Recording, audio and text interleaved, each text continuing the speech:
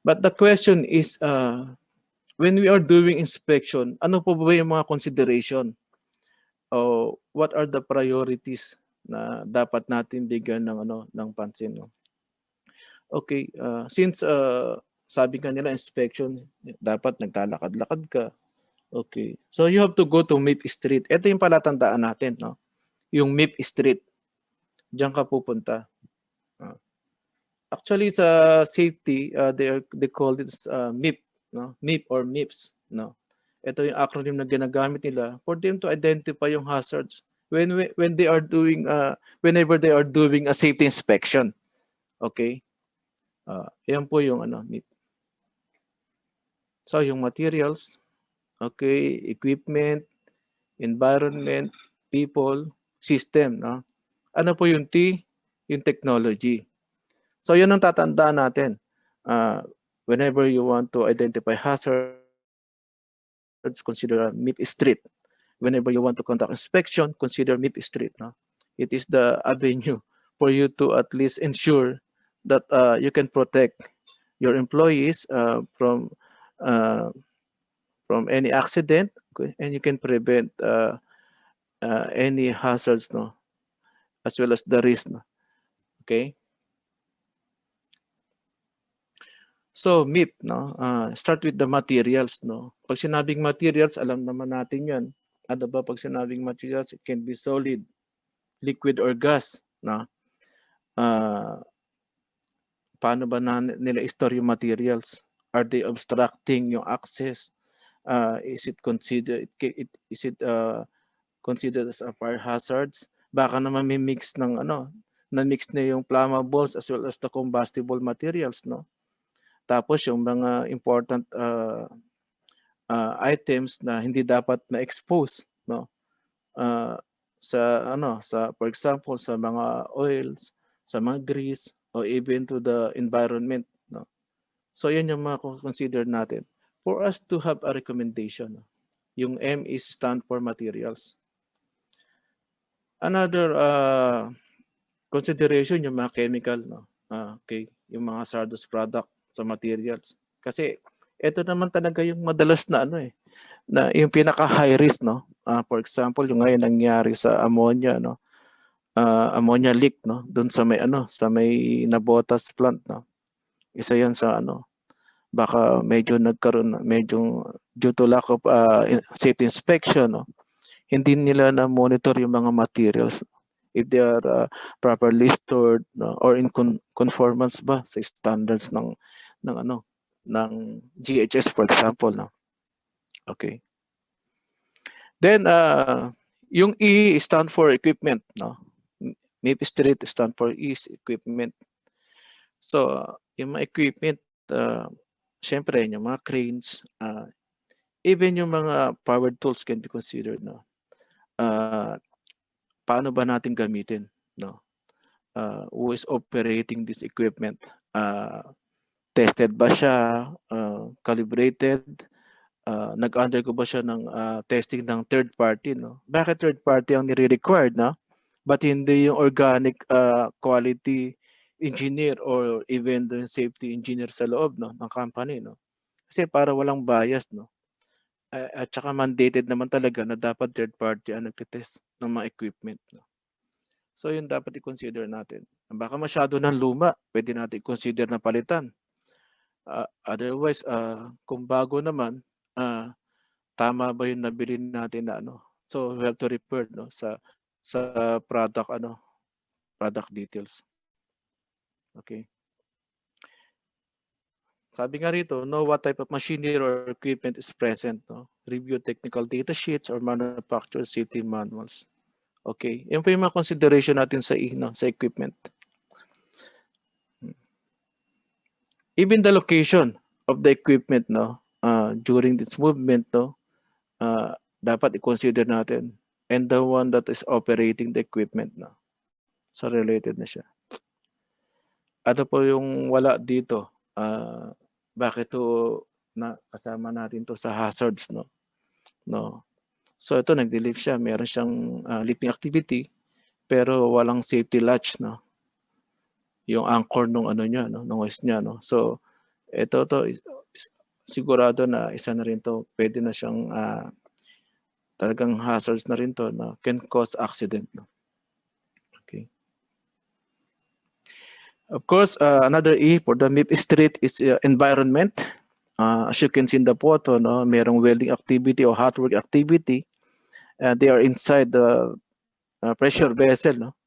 Mainit sa labas, 45, 46, no? So, yun yung mga consideration, no? When we talk about environment, no? When we say environment, you can refer to hazardous condition. Maaring sobrang init, sobrang lamig, no? Maingay ba, no? Siyempre, minsan may mga pag-welding mo, may pupuk-puk-puk ka pa dyan, eh. So, yung echo, no? Yung tinatawag nila alingaw, di ba? So, yan po yung mga consideration sa environment. Then yung P, no? Yung people. So, ano po ba yun sa people? Of course, yung behavior. Obviously, no? Isa ho yun. Kaya nga, when we say unsafe act, involved na dyan yung people. Yan ho yung madalas na cause ng accidents, no? People. Siguro i-consider mo rin, no? Yung ano niya, paano niya ba parang ano ba tingin niya sa safety, no? Ano ba yung level of ano niya, understanding? Kaya siya nagbe-behave ng ganyan. Otherwise, you can also consider when it comes to people, if he's physically fit or mentally, mentally fit din. Kasi minsan, bigla na lang. Especially ngayong pandemic, no? Obviously, maraming bigla na nagwawala, no? Dahil nabawasan ng sweldo, walang sweldo, i-terminate, no? So, ito yung mga consideration natin sa MEEP, no? Yung people. Okay. Kita mo si Kuya, no? Yan muna ginamit niya kasi mababa pa siya. Nung nataasan na, nagdagdag na siya. So, ayun po, no? Nakikita niyo. Okay. Hanggang sa umakit na siya. Okay. Yan po yung mga consideration natin. So, tapos na tayo sa MEEP, no? So, you have to go with S, no? Stand for system. Ano po ba yung system ng company when it comes sa activity? For example, itong mga nasa picture, no? They're working confined space, no? Do you have a permit to work system, no? Baka wala kayong implement na permit to work. Maybe we can consider also yung procedures, no? As well as yung processes. Nasusunod ba yung mga safety procedure, no? So, dapat malaman natin during our inspection, no? If the system is in place and if it needs improvement, this is something that we should be at least familiar, no? So, somehow, kailangan din talaga na expertise na when you are doing a safety inspection. Okay. Yeah, for example, ito, no? System, no? Meron kang permit to work. Of course, you have to test during confined space. Nag-required ba kayo? Mandatory ba yung testing ng atmosphere, no? To check yung mga toxic gases, no? Or even yung sa oxygen. Baka walang masyadong yung below standard. Minsan nasa 18.5 minsan na-test mo, no?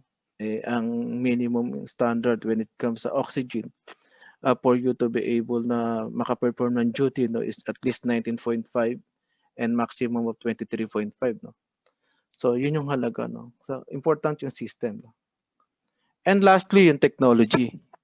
Okay, technology, of course, naka-importante ito. Actually, ngayon, nag-uusap tayo because of technology, no? No, but of course, if you refer to safety inspection, may kita mo na dapat kahit may technology, i-monitor mo pa rin. No? As you can see in the photo, no? For example, may activity sa kaliwa, no? They are working sa chamber, mababa, no? Pero because of technology, now they can use yung yung tinatawag na CCTV, no? So hindi na kailangan during inspection, hindi na kailangan bumaba ni tao, no? Hindi na kailangan bumaba ng technician to check sa ilalim, no? They can use the CCTV to monitor kung ano ba. For example, merong leak sa pipelines ng mga sewer, no? So, yan po yung mga dapat i-consider. So paano natin i-inspect ngayon yung sa technology, no? 'Di ba? Syempre, be-verify natin kung it's working well. Pwede mo ring i-check yung mga manufacturer's manual, yung safety manual niya, no? Then from time to time, pwede mo siyang magkanda ka ng testing. Baka naman ibababa mo siya, pero sa monitor naman sa sasakyan, hindi naman siya lumalabas, no? So, kaya yun yung halaga ng inspection.